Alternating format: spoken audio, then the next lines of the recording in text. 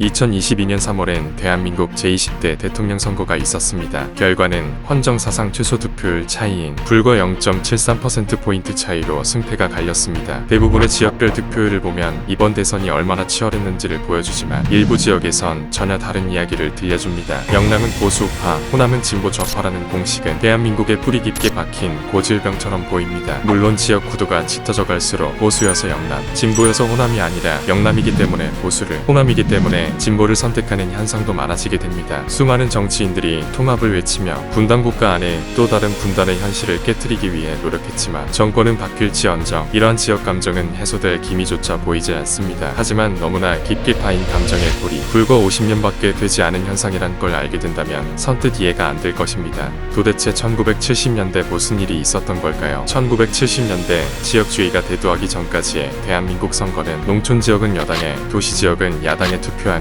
여촌야도의 양상을 보였습니다. 1950년대 한국 사회는 미국의 정치, 경제, 군사, 문화적 영향력이 급속도로 팽창한 시기였는데 특히 미국식 자유민주주의가 한국의 지배적 가치가 되어가는 시기였습니다. 국민학교 취학률이 90%를 넘었고 중고등학교도 대폭 늘어나 이전 시기와 비교하기 힘들 정도로 학생층이 두터워지면서 서울을 앞세운 도시지역에서 이러한 가치들이 대규모로 확대되었습니다. 이를 잘 보여주는 사건이 바로 4.19 혁명입니다. 도심 중심, 학생 중심 민주주의가 바탕이 되어 권력의 붕괴를 불러왔다는 것이 이전 시기에는 나타날 수 없었던 현상이었습니다. 도시지역은 근대적, 서구적 가치와 이념, 관습과 문화가 집중적으로 전파되어 독재에 대한 비판적 의식이 매우 강하게 형성되었던 반면 농촌지역은 전쟁과 농지개혁을 거치면서 보수화되기 시작했습니다. 실제로 민주공화당과 박정희는 총선과 대선을 막론하고 서울에서는 단 한 번도 승리하지 못했다는 점이 이를 뒷받침합니다. 이런 여촌야도의 양상이 생긴 것이 어쩌면 자연스러운 사회 변화의 흐름이었다면 1970년대 갑자기 수면 위로 드러난 영호남 지역의 갈등 양상은 예상치 못한 변수였습니다. 이 대현상의 중심엔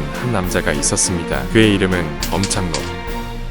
그는 마타도어의 귀재, 선거판의 여우라고도 불릴 정도로 1960-70년대 대한민국의 선거판을 뒤흔든 장본인이었습니다. 함경북도 경성군 주오릅에서 태어난 엄창록은 6.25 전쟁 당시 북한인민군의 심리전 담당 하사관이었을 정도로 사람들의 생각과 마음을 움직이고 이용하는데 특출난 것으로 알려졌습니다. 그가 본격적으로 정치판에 처음 모습을 드러낸 것은 1961년 강원도 인제 보궐선거였고 그는 당시 신민당 소속이었던 김대중 후보의 첫 당선을 도운 이래 1970년 대통령 후보가 될 때까지 3선을 함께 했습니다. 그는 최초로 전국 각도마다 도측을 두고 전국적인 조직망을 꾸렸으며 선거 1년 여전부터 도측들을 한데 모아 철저하게 교육했다고 합니다. 또한 그는 선거운동을 위해 후보의 얼굴이 담긴 피켓을 제작했는데 이는 이전엔 볼 수 없었던 획기적인 전략이었습니다. 지금도 많은 정치인들이 선거를 치르면서 행하는 여러가지 매뉴얼들이 엄창록으로부터 시작되었다는 것만 봐도 그가 대한민국 정치사에 한 획을 그은 인물이라는 것은 분명해 보입니다. 그리고 엄창록 하면 빼놓을 수 없는 것이 바로 네거티브 전략이었습니다.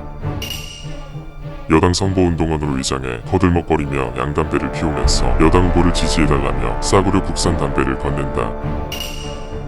받으면 오히려 기분이 나쁠 정도의 적은 액수가 담긴 돈봉투를 돌리거나 사이즈가 다른 고무신을 선물한다. 설탕이나 고무신을 돌리다가 잘못 전달됐다며 다시 빼앗는다. 식사를 제공하겠다며 사람들을 불러 모은 후 잠적한다.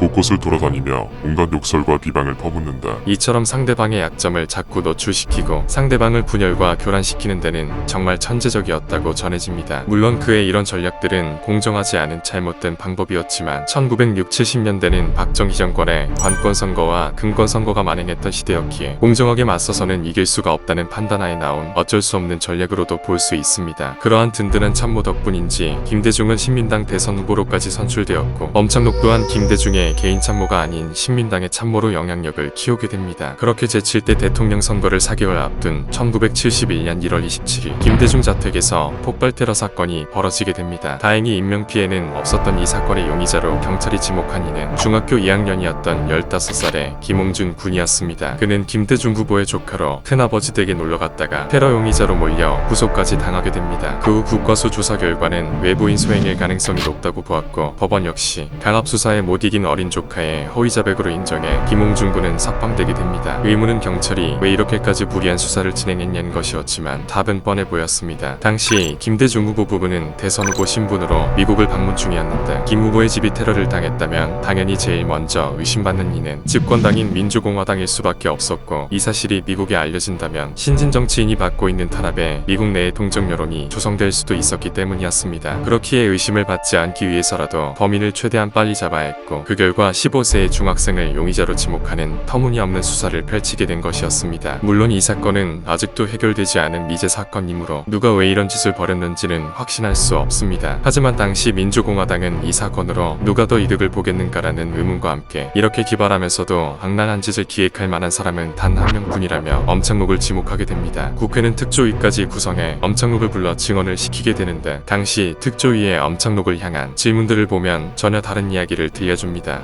조직의 명수라는데 어디서 배웠나? 밤을 새워서라도 당신과 조직 문제를 두고 허심탄회하게 토론하고 싶다. 한번 사석에서 만나자. 그들이 엄창록을 테러 사건의 배우라고 지목했다고 하기엔 너무나 이질적인 질문들이 오갔고, 특조위 이틀 뒤엔 엄창록의 집 상공에 정체모를 헬리콥터가 출현해 위협을 가하기까지 했습니다. 그리고 그로부터 2달이 지난 4월 16일 엄창록은 갑자기 종적을 감추게 됩니다. 이를 두고 영화 킹메이커에서는 김대중 자택 폭탄 테러를 두고 공화당이 의심받는 리스크를 감수하고서라도 엄창록을 영입하기 위해 펼친 작전일 수 있다고 해석했습니다. 그리고 실제로 이종찬 초대 국정원장이 펴낸 회고록에 따르면 김대중의 조직 참모 엄창록을 위후해 우선 200만 원으로 병치료와 요양을 부실로 속리산으로 피신시켰다. 그리고 엄창록의 명단에 따라 사조직을 완전히 밝혀냈다. 엄창록은 그 대가로 2천만 원을 받았고 선거 후 생계도 책임지도록 했다.